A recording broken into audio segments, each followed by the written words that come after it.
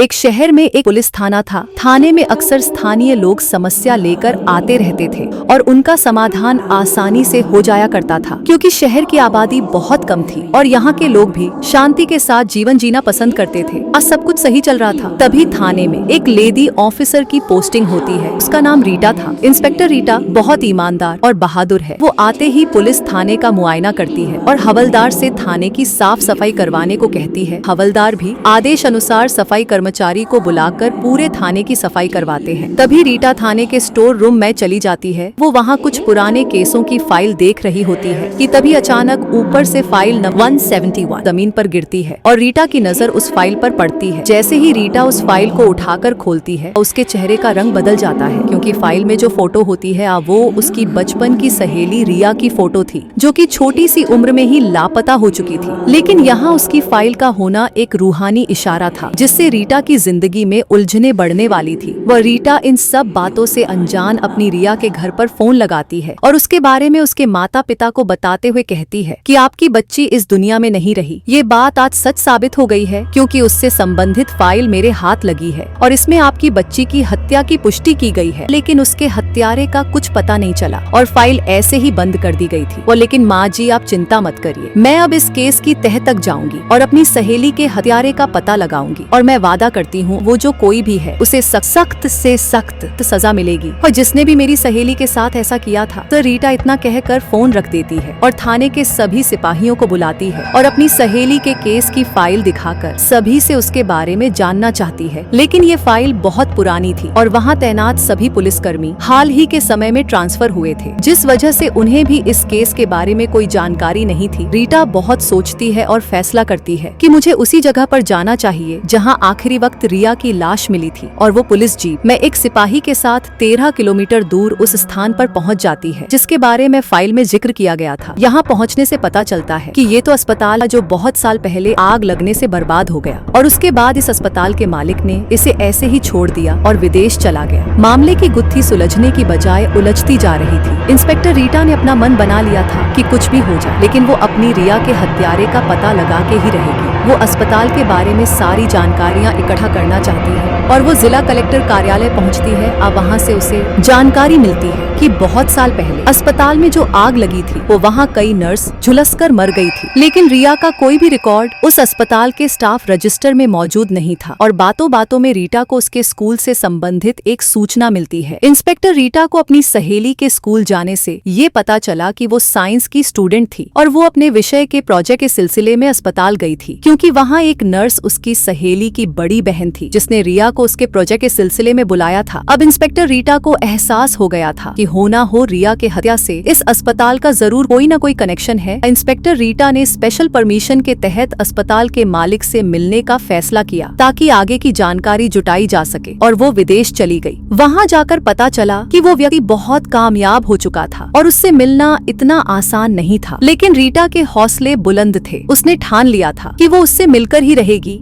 और रीटा उस अस्पताल के मालिक का मोबाइल नंबर हासिल कर लेती है और उसे एक धमकी भरा मैसेज रिया की हत्या को लेकर भेज देती है। दरअसल ये अंधेरे में तीर लगाने जैसा था और तीर जाके सही निशाने पर लग जाता है, क्योंकि अब वो इंस्पेक्टर रीटा से मिलने को तैयार हो जाता है। और जैसे ही दोनों की मुलाकात होती है तो इंस्पेक्टर रीटा को उसके चेहरे के हाव भाव देखकर पता चल जाता है कि रिया की हत्या में जरूर इसका कोई हाथ है। वो इंस्पेक्टर रीटा को रिश्वत का ऑफर देता है और कहता है आप इस केस से हट जाइए, लेकिन रीटा मजबूर है। अब वो उसे गिरफ्तार नहीं कर सकती क्योंकि उसके खिलाफ रीटा के पास कोई सबूत नहीं है, और वो गुस्सा से विदेश से वापस आ जाती है। तभी रीटा के मोबाइल में अचानक एक फोन आता है और उसे अस्पताल के सीक्रेट चेंबर का पता चलता है, और वो दोबारा से पुलिस कर्मियों को लेकर उसी अस्पताल पहुंचती है और तहखाने में बने हुए चैम्बर का दरवाजा खुलवाती है। वहाँ रखी हुई चीजें अभी भी सुरक्षित होती है, क्योंकि आग का प्रभाव वहाँ तक नहीं पहुँच पाया था। सारे कमरे की तलाशी लेने के बाद रीटा को एक वीडियो कैमरा और एक पेन ड्राइव मिलती है, और जब उसकी रिकॉर्डिंग देखी जाती जाती है तो पता चलता है कि इस अस्पताल का मालिक महिला मरीजों की आपत्तिजनक वीडियो बनाता था और उन्हें इंटरनेशनल बाजार में बेचता था, और इस काम में अस्पताल के भी कुछ स्टाफ उसका साथ देते थे। लेकिन आखिरी दिन की क्लिप में उसकी सहेली रिया का भी वीडियो शामिल होता है, जिसमें वो सीक्रेट चेंबर में आकर अपने कपड़े बदल रही थी, और उसने उस वीडियो कैमरे को देख लिया था और उसका विरोध करने पर उसे चेंबर से बाहर निकालकर दूसरे कमरे में बंद कर दिया गया। और मालिक ने अपनी पोल खुलने के डर से अस्पताल में आग लगवा दी, और जिन लोगों को रिया ने ये मामला बताया था सभी को एक साथ एक ही कमरे में आग में जिंदा जला दिया गया। ये सारी सच्चाई जानने के बाद रीटा की आंखों में आंसू आ जाते हैं